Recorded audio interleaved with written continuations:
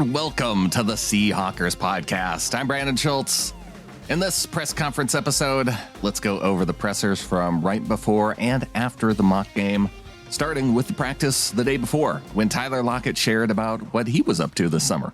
You know, that's something that I always wanted to do ever since I kind of started to buy my first house, once I signed my second contract. And I watched a lot of HGTV growing up. So at first I didn't like it. And then as I started looking for a house, that's all I started to watch. And just being able to take the test and take the class, that was the hardest part. Once you get out of college, you don't really want to study anymore. And so I had to study for 90 hours. And I ended up studying for 90 hours, ended up taking the test and passing. Got my first house, listed it, ended up being pending in 7 days, which kind of is something that's not familiar, but because of the market and how things were going at that moment, we were able to have it pending, easy close. And so it was really cool. And so I have other stuff that's going on with it as well. Just studied the whole 180 hours of Texas right after I ended up doing that. So I finished that class, just got to be able to take the test, and I'll be an agent in Texas as well. It's weird. Like, some people have reached out to me about selling their house, but they don't want me to list the house. They want me to help them sell the house. And so it's like, no, like, you got to let me be the agent, you know? So, but no, it's pretty cool, man, especially having the opportunity to possibly be a sales agent in Texas. That's where I spend a lot of my time in the offseason. So I still got to take the state exam, which that could be a little tough because I'm not going to lie, 180 hours was really tough. But just the fact that I've come this far to be able to do it, I'm already proud of myself for putting in 270 hours in the offseason when I could be sitting on my butt playing a video game all day. It was 90 for Washington. And 180 for Texas. Lockett also spoke at length about wide receivers coach Sanjay Lal. Sanjay here, Sanjay has a different type of coaching style. He's really into technique and fundamentals. And so you have a lot of receivers that are really talented, and you got Boye and Tariq, like you said, they're really talented. You've seen Tariq get behind the defense today. You've seen Boye get behind the defense yesterday. Like, they're really fast and explosive. And so just with being able to have Sanjay here, he starts to teach us some of the fundamentals that we might not have always had to use, because in this game of football, talent only takes you so far. And so that's something that all of us had to learn in a receiving room. And so you see stuff like Tariq and Boye running routes, and they're pushing through the DBs and not letting the DB determine their route depth. They're doing stuff, setting them up, allowing themselves to be able to get a smooth, clean release. Even yesterday, Tariq caught a slant, and he made a really good release at the line, and then was able to catch the ball and get up the field, take a hit by a safety, but that's a first down. And so I think he's really doing a great job with that, and he's understanding how to make the best out of his opportunities, how to be able to continue to be a better receiver, how to grow and be a better receiver. And so it's just being able to make the best out of those opportunities, because you never know how many opportunities you're going to get in camp. But I think that both of them are doing a great job when their name is being called. Next up is rookie pass rusher Boye Mafe, who talked about the differences between college and NFL practice. I can see a big difference, honestly. In college, there's a lot of different set points. The college set depth is probably about 5-6 yards. In the NFL, it's 7, 8, 9 yards, depending on the quarterback you have, depending on the type of plays. The play action pass is a lot different. Reading that run to pass tendency is a lot different in the NFL. So, and I can tell there's a lot more details to the pass rush game in the NFL for sure. For me, I feel as if it's definitely a work in progress. It's never perfect. It's never, all the answers right away. So I'm just taking it in as a day at a time right now, and really just trusting my coaches and everything they're teaching me and everything they're showing me, and finding a way to go through that. Although he has yet to appear in an NFL game, the former Minnesota Golden Gopher has drawn comparisons to former Seahawks pass rusher Cliff Averill. I got to meet him in OTAs and rookie minicamp, and we exchanged numbers, and he's definitely been a person I can call on if I need anything. He's definitely given me the insights and tools that he learned when he was in the game, and things that he, if he was a rookie, what he wished he knew, and things that he would do differently. Mafe said he is happy to get one step closer to that game action by putting on pads at practice. It felt great, honestly. I haven't been in pads since Senior Bowl, so it was finally one of the first times to get back in pads, and it felt good. It felt, refreshing to be in the game, that pop, getting back into the contact of the sport of football. So I enjoyed it, and it feels good, and I'm honestly ready to continue with it. Here's what Pete Carroll had to say about Mafe and some of his fellow outside linebackers. Boye has done a lot of good stuff now. The day we went into pads is the day he showed up, and he really popped up, off the screen, and he's explosive. He's got a lot of talent, and he's understanding kind of what it's supposed to look like. I think he's a young player in that his learning and stuff, and he's got stuff to learn to transition quickly. But athletically, he's really, really well equipped, and he's shown plenty of good flashes already. So we know he can be a factor in the pass rush. I think it's best for him when he's rushing the passer rather than run and pass, and so we'll try to make it as simple as possible to see if we can get contribution from him. The other guy who's really surprised us is Alton Robinson. Alton came back at a different body type. He lost about 15 pounds, looked really stout and strong and explosive. He's done a nice job starting up campus so far. So those four guys with Chenna, who's been very obvious. Chenna's been really obvious, his experience and leadership and all of that. So it's a good group. Of course, Daryl's the one that's the flashy one, of all of it, and it's a nice group. And you might be wondering, hey, there's the rookie pass rusher that Pete Carroll left out. So here's Pete Carroll's update on Tyreke Smith. Yeah, he did some nice stuff. He looked really quick. Look, you can see the fresh legs a little bit. He felt his hip a little bit yesterday, and so we just backed off today. So we're hoping he can go tomorrow. But he showed some quickness and some. He's a savvy pass rusher. He's shown that back in school, and it showed up right off the bat in the first day. The last person to speak on day 7 was head coach Pete Carroll. Let's hear from Pete Carroll on his COVID infection and return to practice. I missed one practice in my life that I can recall when my dad passed away back at SC in the springtime. I never missed a practice playing, and I never missed a practice coaching, and so it was a new experience, and it just, as always, when we miss something, you realize how much you appreciate getting it back. It was a blast to be with the guys today.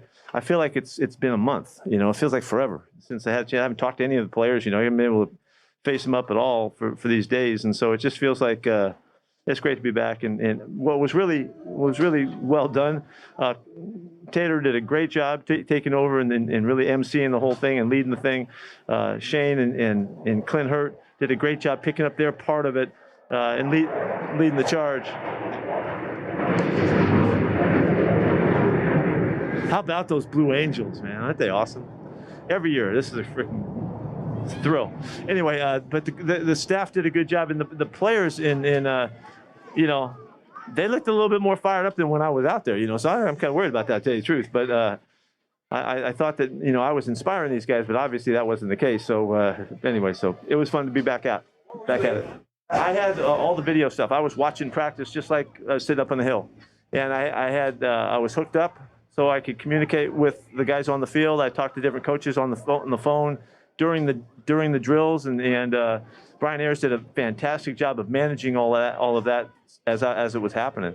So I really could see practice better, from that perspective. That's why the Bear used to sit up there in the tower. He knew what he was doing. But so anyway, it worked out very well. And then I had the practice immediately after, right in front of me to go ahead and start looking at. So we made the best of it. Even though he was out, Carroll said he hasn't missed a beat as far as the quarterback competition goes. They keep doing stuff every day, and they're making plays. They both make plays every day.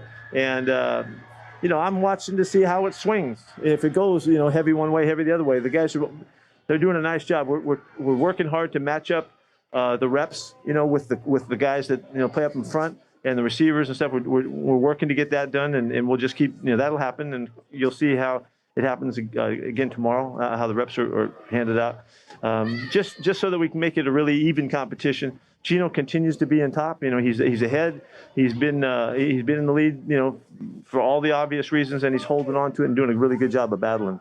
Both guys are communicating beautifully. They're learning well. We don't have any issues with anything we're trying to do, or there's no, there's no issues here where we have to, we can't quite do this or that with this guy or that guy. It isn't like that. They're very talented arm-wise, and the ability to throw the ball down the field is there. So we just let the games begin. Now we're in the middle of it, and see what happens. This is a really big day tomorrow. It'll be a really big day tomorrow. Coach expanded on his comments on Drew Lock. Just stay out there. He just needs to stay out there and show us, how he's going to make his decisions when the big opportunities come. He's made a ton of plays already. He made a ton of good throws. He really runs well. He's elusive. He's got a really, quick trigger in his ability to release the football that shows up. You know, he's got some. That's how he's played his whole career. You know, you go all the way back. I've seen all his college stuff. You know, he's made a million big plays and a million special plays. You know, that on the move, in the pocket, any which way you look at it. And so we have to see where, you know, how that all fits with us. And when he makes his choices to go for it, you know, does he come through or not? And so far, he's done a pretty darn good job. He's been very effective when he's moving out of the pocket.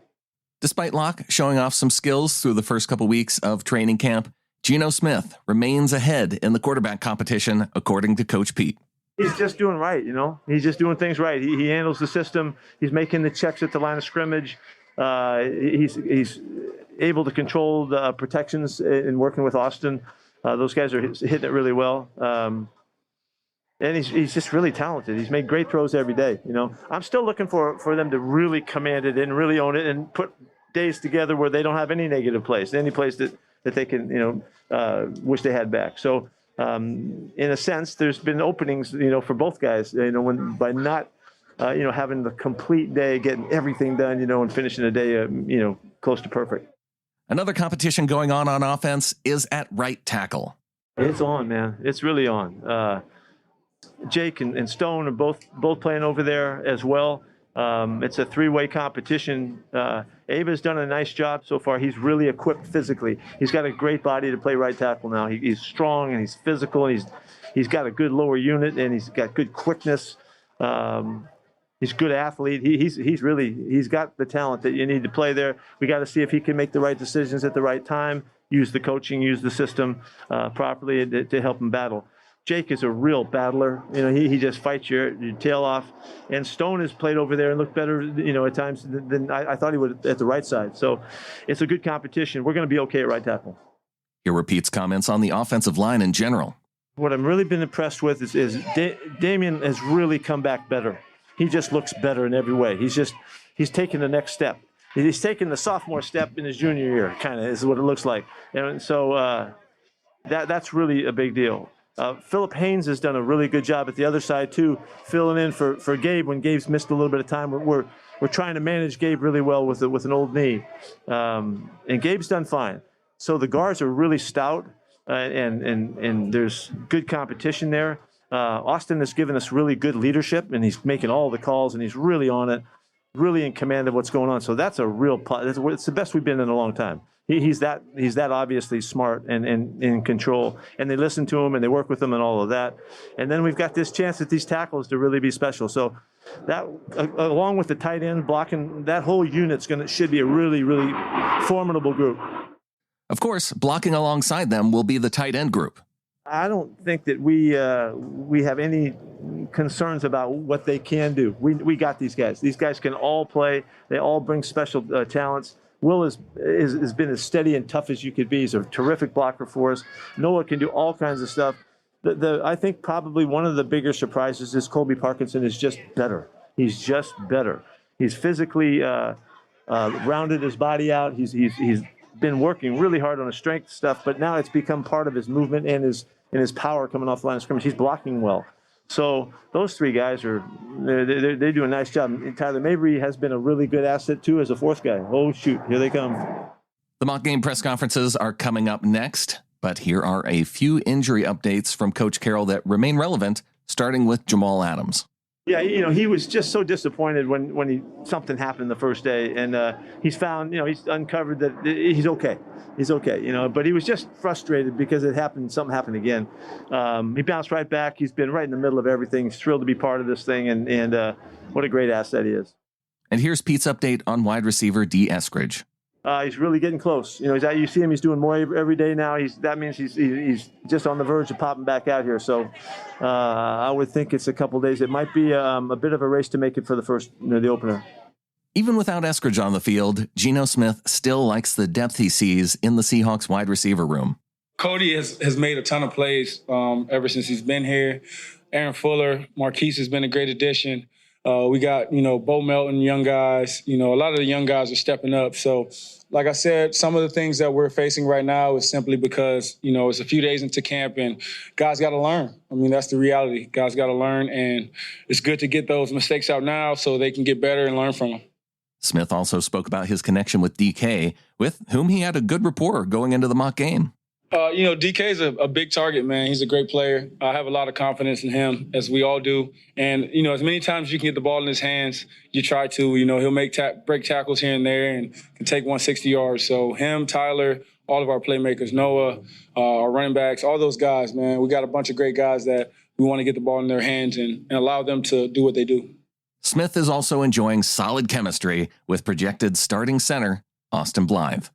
Me and Austin, I feel like we're in sync. We're seeing the same things out there in the run game with the run checks, as well as in the pass game with mic points. So we're in great sync. Austin's a vet. He's been in this offense previously, as well as just been in the league for a while. So he knows the looks, he knows what we're looking for, and he's able to get in and out of those things. He and Drew Lock continue to fight for the opportunity to take snaps from Blythe as the starter for Week 1. As far as the competition, I'm not the one judging all that. So, I leave that up to the coaches. But I think Drew played really well, as I've always said. And I will go on record to say I have his back. No matter what, I have Drew Lock's back. I want that to be known. And we're teammates. We're competing. But, we're in the same offense. And we're in the same room. And we're going to make each other better. And before we get to Lock's comments, here's what Geno made of his performance. I feel like we started out real good. I think the first 2 drives, I think we had things moving. I thought we started pretty good. Then I think we had a few mistakes here and there. And some of that's to be expected, about the 6th day of camp, things are kind of piling up with the install. So had a few things that we got to clean up. But overall, I love the effort. I love the way guys competed. I feel like it was clean. And most importantly, there weren't, any injuries that I saw. And now, as promised, Drew Lock's reflections. Well, we got things to work on. We want to play as clean as we did. I think 1s and 2s that first half as we should the second half. We played really clean the first half. Wanted to play a little better in the second half, I guess is what I'm saying. A lot of small things, a lot of, details where maybe when it's day 1 of camp, day 2 of camp, when we're working on installs, now we're kind of coming to the back end of these installs where we can really start fine tuning things. That's got to be our goal going forward. QBs and cadences, specific routes, certain ways to block, all these runs, just the minor details that we need to, keep focusing on. First half, pretty close. Second half, I want some throws back, want some plays back, but that's football. You learn from those. You learn from those plays. But thought I played pretty well today at the beginning, and wish we could play a little better at the end. Lock had the lone touchdown of the day, which apparently deflected off Tariq Woolen's helmet and into the arms of Cody Thompson. He's a really good player. He makes you think a little bit at the line when it's, all right, I know I got a one-on-one with number 39 out there, but we better got a guy that can fly by him, because if there's any ball within the area, he's going to be able to get his hand on her, and in that case, his head on. Speaking of Woolen, the rookie cornerback, here was his takeaway from the touchdown. I was like, honestly, I thought I did a good job. I mean, it was still good coverage, but, you got to finish the play. And I was just thinking the ball may have went out of bounds or something, or I was just looking, and the next thing I turn around, and he's laying on the ground like this with the ball, and I was like, oh, wow. So it was just, a good play, though. In coverage, Woolen has had the benefit of working with 2 veteran safeties in Quandre Diggs and Jamal Adams. Honestly, it's pretty cool because, you playing with guys you just see on TV or, play with them on Madden. So just being out there with them and just learning new things from them and just learning how much communication goes into playing football, it feels good to be out there with them. One day, Woolen also hopes to learn from another Seahawks great and fellow 5th-round selection, Richard Sherman. I haven't talked to him yet, but whenever I moved from receiver, I used to watch him and Jalen Ramsey highlights all the time because those were like the 2 guys that would always hold my favorite receivers when I was a receiver. So when it was time to just move positions, I would always watch Richard. And just one day, hopefully, I do get to talk to him. He is a Seahawks great, like a legend in here. So, although those may be big shoes to fill, Woolen seems up to the challenge, guarding the team's top receivers, including DK Metcalf. Honestly, I ain't gonna lie, I was a little nervous because, before the whole draft, I was just hoping, at least I got to be on DK team instead of going against him. So, but just being able to practice versus him is a lot of fun. Woolen has also enjoyed his battles with fellow speed demon Marquise Goodwin. I just know against him, I got to get on my high horse because, I'm a fast guy too, but that dude was a different speed too. So just going against him, I just make sure I just stay disciplined to my technique and just try to get my hands on him too, since I got long arms. No matter who he is guarding, though, Woolen really seems to be coming into his own in training camp. It's been pretty smooth. I mean, I ain't gonna lie to you.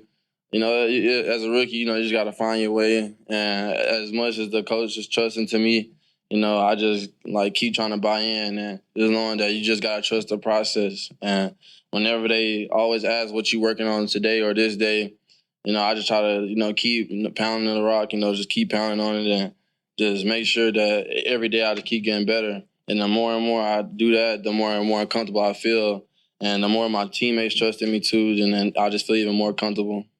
Coach Pete Carroll's post-game comments are coming up next, but here is a funny moment from Woolen's presser when he was asked about his Rolling Stones t-shirt.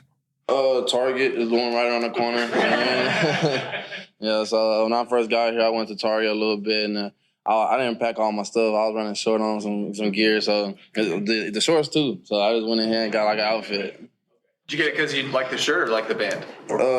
Shoot, I just like the shirt, really. But, I mean, it's cool, though. I mean, I haven't really listened to Rolling Stones before, but as long as they keep making shirts like this, I'll wear it. Us old guys will make you a playlist. Oh, yes, sir. Send it. Apple Music. And now to a guy who was 12 years old when the Rolling Stones released their first album. Pete Carroll offered his comments on Woolen's performance. Yeah, I thought so. I mean, misfortune on the ball. I think he's tipping the ball away, and a really nice job by Cody to come down with the football, but a nicely defended play too. So he got a couple challenges, almost had a pick down there too. So this was really good work for him. He's out there with with Quandre and with Jamal hollering at him and all that, and getting lined up and all that kind of stuff. And so it was a really profitable day for him. Pete was also, of course, asked repeatedly about how the mock game might assist the quarterback evaluation process. It looked like we threw the ball pretty good, and the way it worked out, Drew got some more opportunities, but I thought they threw the ball real nice in the control stuff underneath, and we're clean with the ball coming out. Protection was good early, so it'll give us a good chance to see him. If you notice, they worked with the first O-line. Both guys got work with the first O-line today. And the first receiver, so it'll be a nice chance to compare these guys. But it's really important to see where we've come, and we handled the line of scrimmage well, and I'm back behind them so I can see what's going on with all of our checks and audibles and things like that. We did that really well, so we've made a lot of progress. But now we need to see what it looks like on the film, and it might not tell us as much as I'm hoping. We'll see. We'll have to get a good look at it. I thought that there was a really good rhythm to it, and we used some different tempos and did some things to the way we like to play. And I thought Shane was really comfortable with the cubes. They were able to communicate really well. I'm hearing every play called, and I know what's going on. Then I get the huddle. I get a lot of information there that I thought was really positive and supportive of that. We've made good progress to this point.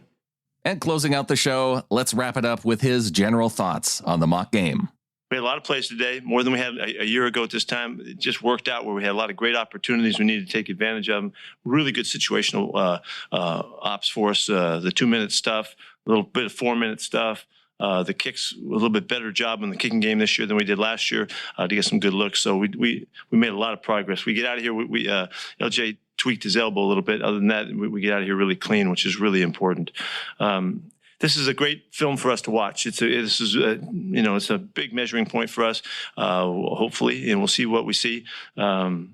I think we didn't come out very good in the second half of this little game here. The first half was pretty crisp and looked sharp, and a lot of good things. I thought we got to throw the ball around the yard a lot of good looks for the quarterbacks and for the receivers. I was really happy to see that DK got some balls and Tyler got some balls, and the tight ends caught some, and a little bit of everything happened today, which was good. A couple of the young guys got some. Didn't see as much of the running game as we've been working on, but still it was a really good, solid day. I thought you saw Kenneth Walker on his first attempt. He tried to hand the ball to him, and he couldn't reach out and grab it fast enough. He showed a little Rook jitter right there, but he'll be mad at me for saying that. But he's going to do special things. So anyway, it was a really solid day for us. It was really good for the defensive side of the ball to work. All of the mechanics with Clint and his coaches. We did it exactly like it's game time stuff. And everything worked out really well, and it was a good first outing for us. So we made a lot of progress today, so I'm happy with that. That's going to do it for today's show. Thanks to Wilson Kahn for helping to produce this episode. Follow him out on Twitter at Wilson_Kahn, CONN. And if you haven't caught our Seahawks mock game live and uncatfished episode, head on over to youtube.com, and we're doing a little contest in the comments section. If you post Go Hawks, I'm going to select someone at random to get a tiny piece of Seahawks stuff. That is a football card with a little piece of Seahawks jersey in it. So head on over to youtube.com/Seahawkers podcast. Look for that latest live and uncatfished episode and post Go Hawks in the comments there. And you're going to be selected to win. We'll probably do the selection next week after I get back from vacation, but there will continue to be shows throughout the week. We've got a 3-in, 3-out What If edition leading into the Steelers game. We've also got a new episode of PNW Prop Stars on the way. So look for that throughout the week. And until next time, Go Hawks.